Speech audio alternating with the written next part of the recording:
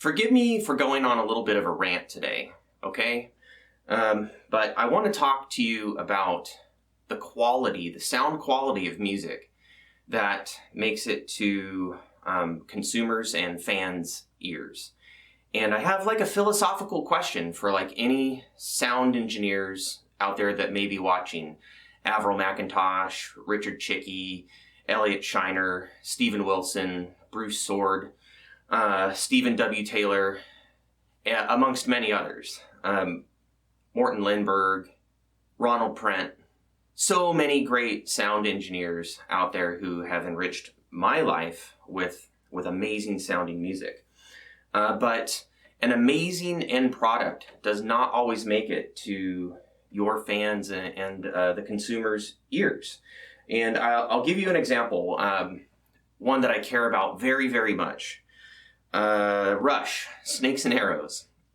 Many people know that I am just about as big a Rush fan as there is. Multiple concerts seen across multiple tours.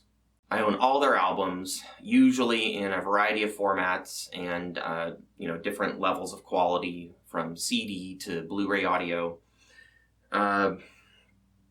Absolutely just ripped to shreds when Neil Peart died.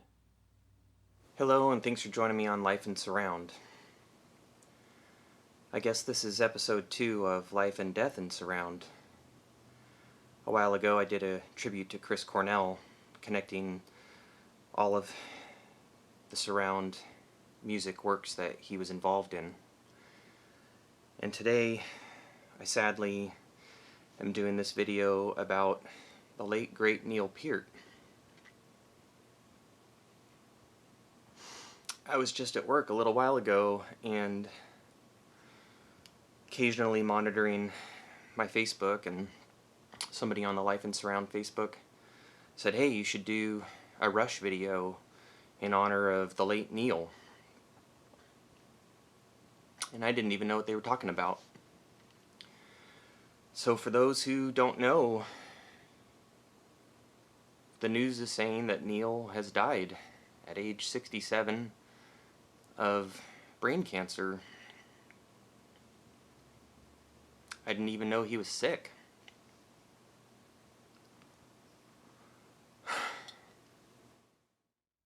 I love Rush, and there are some incredible songs on Snakes and Arrows. As with any late Rush album, I believe this would have benefited from being contained to the classic LP length, around 44 minutes. But, I mean, come on, Far Cry, Armor and Sword, Workin' Them Angels, Spindrift if it were a little shorter, The Way the Wind Blows. Oh my gosh, that is one of my favorite Rush songs of all time.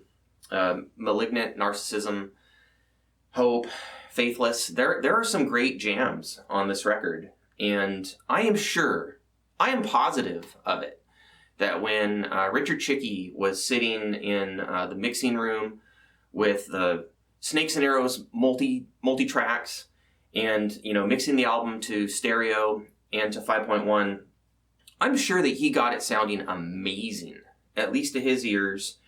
And in case you wonder whether I know Richard Chicky's work, not only have I heard his work with Tragically Hip and Dream Theater and other bands, but I mean also his historic Rush output. Fly By Night on Blu-ray audio or on DVD audio if you pick up the Sector set. This is as good as Fly By Night is gonna sound. I mean, it has the LP feel, but it's nicely spread all around you, and especially the battle between bass guitar and lead guitar and Vitor and the Snow Dog. Holy crap. You freaking have to hear this. An amazing early Rush hard rock mix from Mr. Chicky. Signals. A little tame on the front half, way more adventurous on the back half. I've gone into this mix plenty on this channel already, but I like it. Seems to feature some alternate vocal and guitar takes every now and then, but that's part of the charm for me. This is a different experience than putting on the LP or the gold CD or whatever version you have. Very cool, mid-era Rush, Richard Chickie mix. And then I loved Richard Chickie's recent Atmos mix of moving pictures so much that I heard it streaming on Apple Music, which, as you well know, is lossy and just doesn't have quite the definition that a Blu-ray can deliver. So I went and bought the mega expensive Moving Pictures 40th anniversary set, carefully extracted this Blu-ray using surgical gloves, and cut the shrink wrap as just uninvasively as possible. Extracted the Blu-ray, put the whole set, back together, boxed it back up in its original shipper, and then sold it on eBay. And I ended up getting this Blu-ray for, about the price of a normal album anyway. So cool. But the point is that I loved Chickie's Atmos mix of moving pictures so much that I went through all of that to get his work lossless and without breaking the bank.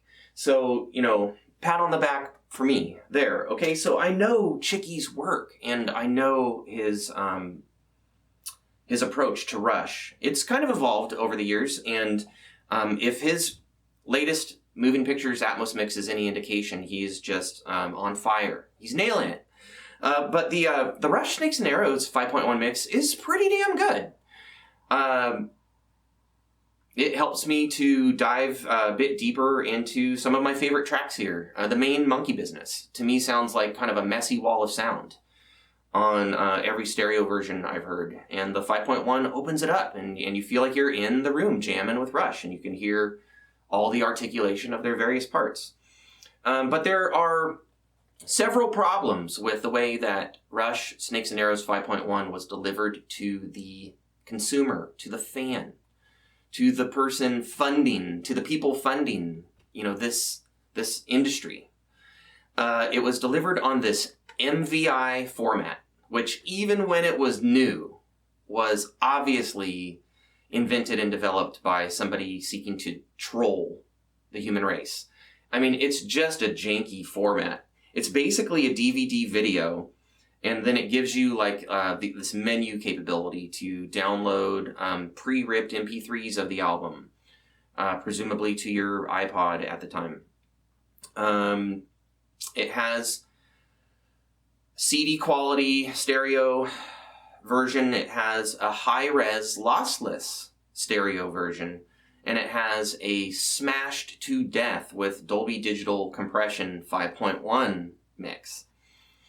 Now, not only was MVI only capable of compressed multi-channel, but also for some reason that I fail to fathom, a mastering engineer smashed this 5.1 mix to death. Where are the dynamics? Where's the space and the breath and the air around all the parts? Why shouldn't we have an excellent sounding version of Rush Snakes and Arrows in 5.1? Like on, standalone Blu-ray. So Paul Sinclair, if you're watching this, see if you can make some inroads to Anthem Records, Rush Management, UME. Mr. Chickie, if you're watching this, see if you can reach out. I'm sure that you still have your original 5.1 lossless, maybe lightly mastered or unmastered version of Snakes and Arrows in 5.1. Wouldn't you like the end user, the listener, the fan, to hear your work at its best? I know there's differences in mixing a philosophy and mastering philosophy, and you have to master things differently for LP than for CD and Blu-ray audio to make it all work. I get that. I'm just saying, would a reasonable person find the 5.1 mix on this MVI to sound decent, to have decent sound quality? And I think the answer is no. So I want to hear Snakes and Arrows 5.1 in its true glory, at least reasonably mastered and lossless. So Blu-ray audio, lossless download, like at immersiveaudioalbum.com. They do lossless downloads all the way up to Atmos. Please, somebody, there has to be a way to make this happen when like really cool work, like an album from Rush, one of the most important bands on the face of the planet, puts out an album that's heartfelt and was really a document of them at like a really interesting creative period. Like, fans need to be able to hear that in as good a quality as possible. You know, Blu-ray 5.1, LPCM, or DTS HD Master, or Dolby True HD, that's possible. So, you know, the unmessed with original 5.1 mixdown in lossless quality, and then preferably a lossless high-res stereo version that's gently mastered. And we really could have a hit standalone Blu-ray on our hands. You know, go ahead and include the documentary for, you know, the making of Snakes and Arrows as a nice little bonus, so it's just all in one spot. Because, you know, the final thing about these MVIs, people's MVIs are corrupting. I went and checked mine. I can get to the start menu, but I can't play all the different versions of the album. Like the 5.1 won't play, you know, in my DVD or Blu-ray players as it ought to. I was able to rip the 5.1 off of this, thankfully, but it just won't play. So my disc is corrupting, you know, as are the discs of many fans out there. So we won't even have the option to play it at all soon, right? So please, somebody do something. We need to be able to take great bands and great mixes and get them to the fans in a modern quality. I mean, come on. Lossy DVD encoding, that's from the 90s. Let's move on. And, you know, there are so many albums that have been put out just on a lossy format that really would benefit from getting an upgrade to lossless. Like Nick Cave and the Bad Seeds. That is an incredible surround catalog, but it's all lossy. You don't have a lossless option, not at all. All right, so end rant. Please leave your comments below. If you like what I do, like, subscribe, ring the notification bell. And honestly, please, any audio engineers or people involved in like the music industry, actually reach out to me. Let's start a dialogue. Let's get surround mixes that deserve better quality out to the fans. Come on, let's open the floodgates. There are so many. Let's get them all out to the fans. And not only that, but like amazing surround mixes that have never been greenlit for any kind of commercial release. Like Bob Clearmountain's, you know, private cache of amazing albums with amazing mixes. Let's get them out to the fans. Why should they hide forever? Why should they never be heard? I think that's just a tragedy. Anyway, leave your comments, like, subscribe, all that stuff. I appreciate you watching, and sincerely, let's open a dialogue. Let's get things moving.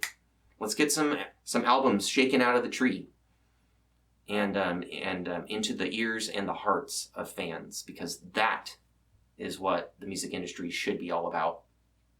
I appreciate you, and until next time, live life, either lossy or lossless, because, you know, beggars can't be choosers, in surround.